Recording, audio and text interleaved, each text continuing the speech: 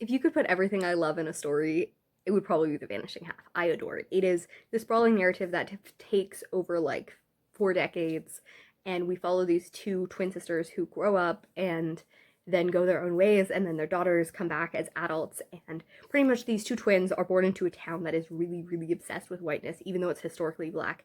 Well, historically mixed, because a lot of them are descendants of slaves and people who took advantage of slaves.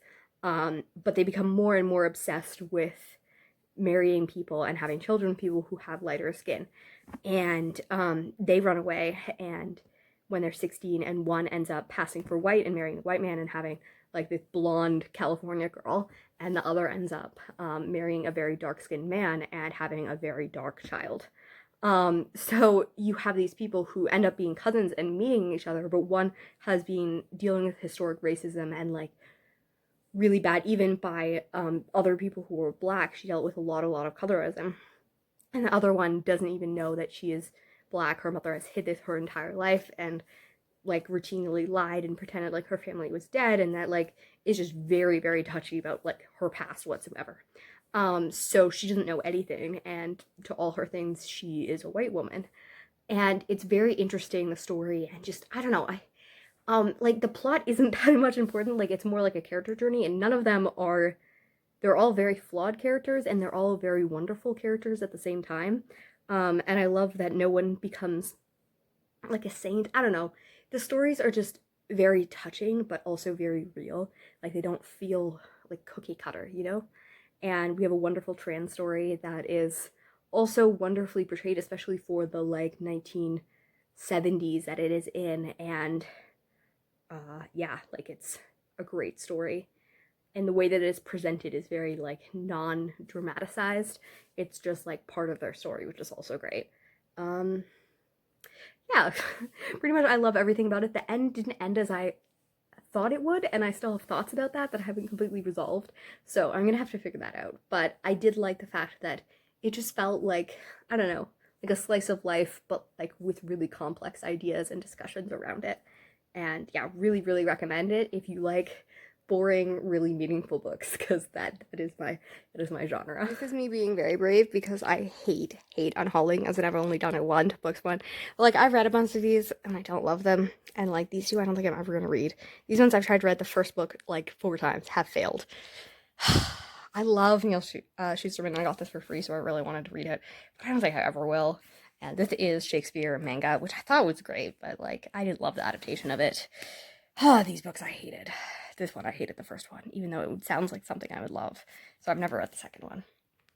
It's a bookstore. Bookstore.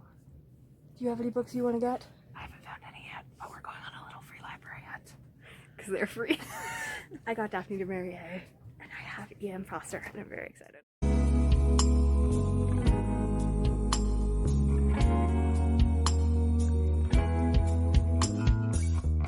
Looking for you into the darkness. I'm not aware of all the trouble. You fell asleep in my heart. I'll hide under the cover. What the books you have? I found the Truly Devious series. Nice. Someone who I was doing an interview for mental health at school, and the girl started talking about books, and she was like, "You have to read these books." And then our friend in our book club gave them 4.5 stars on Goodreads. Christine, the like, other Christine that reads. They must be good. Yeah, shout out to the other Christine that reads. And Briar, hello. He will become the greatest crime fighter the world has ever known. It won't be easy. It might be dramatic, but I love it. Hello, so it's the 22nd of November. It's really snowy outside. We have a Christmas tree. I'm excited.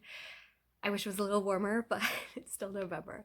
I finished Batman Year One this morning, and I really liked it at first, and then it didn't follow through. So it's only 3 or 4 issues, which I think was my major issue. So in the same continuity, The Long Halloween and Dark Victory, both I loved.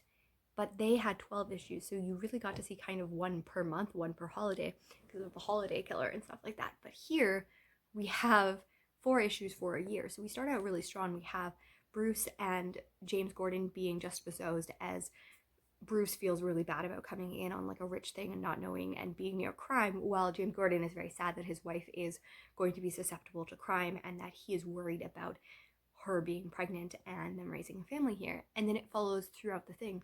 And we do have some really good moments, and we get some Catwoman origin and some amazing things, but we never fully like get a story, I think. Like we just more get glimpses of different things happening rather than a full story. And I think that that's why I was like, I like it, I just don't love it. And year two is written by a different person, doesn't have the greatest reviews. So I'm just really sad because I really enjoy that continuity, but I don't really know, like that didn't satisfy me. Like if it had have been longer and the story had been more fleshed out, it probably would have. But in the moments, we often like see like one moment per 1 month and then we skip ahead like 2 months, and it's just, it's not enough. Even though all of the pieces were there, it just wasn't fleshed out enough. So now I'm going to start Moon Knight, which is often said like Batman in Marvel, but it's not true. But he has dissociative personality disorders, and he is much more bloody and he kills. I know that, but similarly, he hunts people during the night, and I actually don't know that much. But this begins with him in an asylum, and him kind of questioning what is real and what isn't real. So I will give you thoughts on that later. I get that I'm reading an all-white comic, but I don't super want all of the snow that's happening right now. It doesn't look that snowy from this perspective, I guess, but it just went into the most meta-ness. I was like, it's pretty meta that they're doing a film about Moon Knight. And then I read this one that just says, I should never have let Marvel talk me into producing this mess. I mean, Moon Knight is a third-rate character at best. What was I thinking? You were thinking you could be something special. Remember all that stuff you told me when you hired me, that we could use superhero genre to explore some real themes, identity, mental illness? You had a vision for this, Stephen. The meta-ness is just so there, and I love it. You know, when we're talking about attractive comic book people, there is chest hair, and then there is that chest hair. Is that chest hair sticking straight out, bright red? It's something. This is the panel you just showed me. And I assume that if you do a review of this, it's going to be like some deeper meaning search, like why this particular character is like a metaphor for penitence among the masses. And I just looked at it and went, Catholic Batman. I love that the camera is moving because you are laughing that is hitting my leg that is hitting the camera. So it is the 25th of November. I am reading I Just Got Back Audre Lorde, and I'm so happy. I fell in love with her in August. I opened her book and I immediately read a lot of poems. Well, I reread a lot of poems, and I read the poems over and over and over again. And then my library hold went up, so I couldn't have it anymore. And then it trapped underneath a blanket in my back seat, which meant that even though I had gotten rid of the other books, it remained in my back seat for 3 weeks. And I was like, why won't they let me take it out anymore? There's a mishap. They didn't like check it in or something. I need this book back. All the while, it was sitting in my back seat, hidden under a blanket, because I live in Ontario and it's cold. So like, if your car breaks down, you need a blanket in the back seat.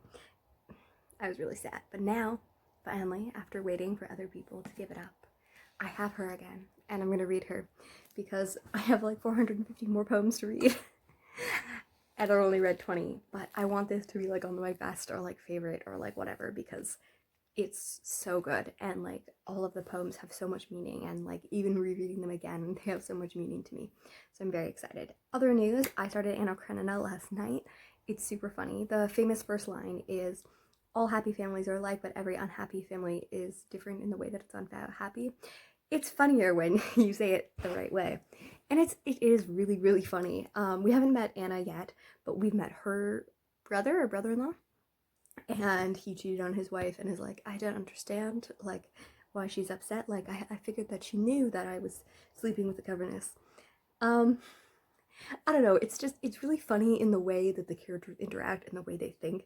And he's like, you know, I want to be a liberal, and like it helps me, and that's why I read the liberal newspaper. And he's like, just like I don't pick my hat, I pick the hat that the culture says I pick. Yeah, it's like a comedy of manners. I don't know if that's the correct word, but it is super funny and I'm loving it. And I'm almost on the first 6 issues / 7 issues of Astro City, and I have feelings about it. So I picked it up based on Curious Casually Comics, Sasha's recommendation, and I really, really love her content. And she kind of reviewed the Samaritan and one about him and a construction of him, and then also one about him, the infidel. We haven't really seen him other than in background shots so far, but it is really interesting because it's an anthology one where like we see kind of a better version of superheroes rather than a worse version. Like it was really popular in the 80s and 90s. So that's interesting. Currently currently we're in a section with the Confessor and the Altar Boy, and the Altar Boy is becoming his new superhero. As my roommate affectionately called him, Catholic Batman. He's a little Batman-y. He's just like, I'm going to adopt this boy, and also, you don't get to know who I am unless you can figure it out yourself. Yeah, it's interesting. But it's not exactly what I wanted. But the first two, like the 0.5 issue, was really interesting because like I know from Sasha's videos that like timeline and the fact that the Samaritan and Infidels fights have messed up a lot of the things, and they pretty much decided they're going to stop like fighting over and over again and have like a dinner party each year to kind of talk about it rather than go through the motions of keep on destroying the world and then having to rebuild it together so that people exist. But then timelines change, and in one of those timelines his wife was never born because her grandparents were never met, so he has these dreams of this woman that he has never met, and that's a very interesting thing. And then the one is this man who comes to it with his daughters, and he's fleeing, I think, a bad relationship based on the fact that his wife is abusive. And he's trying to get a new start, and at first he's like really freaked out by the superheroes, but then he sees how like people band it together, but also like a person is like, why isn't your son watching this huge fight? And they're like, well, he's writing an English paper. And it's like, yeah, but like the world is going to end tonight. But they're like, if it doesn't end, he has to hand in his paper tomorrow. And it's like a very normalized part of society. So I'm finding that really interesting. But like the 10-year-old superhero story, that was the 2 and 3, and now this one that's Altar Boy, they're not uninteresting, but they're less interesting than other things. So that's the thing with anthology issue. It can be really exciting, but it also can't be exciting. So yeah, I'm not sure if I'm going to continue on. I'm already feeling Batman, and I've only read Moon Knight and Astro City, and I'm always just like, give me more Batman already.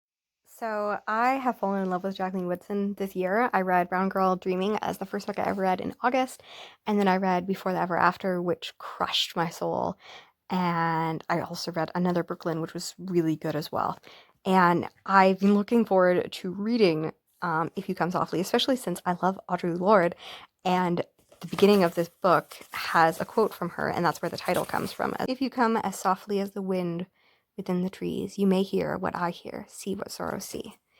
And then you have the back part, which I love, which says, this book is donated as part of the KW, which is Kitchener-Waterloo, the town I live in, Little Free Diverse Libraries Project, which is inspired by Sarah Kamya of Little Free Diverse Libraries in the U.S. Our goal is to amplify the voices of diverse writers and give children and adults access to the books, both mere books in which they see their own lives and experiences reflected, and window books in which they can learn about lives and experience others. Please enjoy and take care of this book, and when you've finished it, return to a little free library near you. To support our project, visit this. And I was literally going around and donating books and picking up the books, and I saw. Do we see these black marks? These black marks are because I've been crying. I don't know if I have words right now. My Dark Vanessa is a brilliant novel. If you're not familiar with it, it is a novel that looks at a girl who was abused by her teacher and interlays that from when she's 15 throughout until college with the time of her in her early 30s and how she uses this as a romance instead of abuse. And how that trauma and how PTSD affects her even while not acknowledging that what she went through was abuse because she's so terrified about being a victim. It was really, really good. It was really psychologically well, like as someone who studied counseling, the representation for PTSD in therapy and everything like that is so friggin' brilliant. Though I think the complexity of it, the complexity of her story, her relationship with other people, her relationship with other women and the other people who are survivors and things like that, and the lack of clear answers. Like, Russell writes in a way that shows that this is clearly wronged when also allowing Vanessa's romanticized views and misconceptions. One of my favorite scenes I've ever scene is, there's a scene in You, the TV show, in which Joe tries to kill one of the main characters. And as he's running away, he goes from, I'm a terrible person, to being completely satisfied. And that is part of the most freakiest, if you can't stand You or you don't want to watch it or anything like that. Like that one clip is such a brilliant thing in psychology. I rewatch it because it's such beautiful shot and like scene of how people delude themselves. And very similarly, like Joe sees himself as this person and protecting her, and similarly Jacob Strain also doesn't see himself as a predator and is very terrified about being a predator. So he makes Vanessa comfort him. And yeah, it's really hard. There's definitely some scenes that made me cry a lot, especially between her and her mother, and how it's very hard to acknowledge abuse and things like that. As someone who has gone through abuse and has been dealt with sexual advances from men that were older than me when I was a teenager and stuff, like it's difficult to read. There were certain lines that I have had, direct lines that I've had men say or do to me or things like that, and it's hard to be like, oh yeah, like this happens. And also situations that like and past where you're just like, wow, yeah, that's super abusive and I don't even think of that.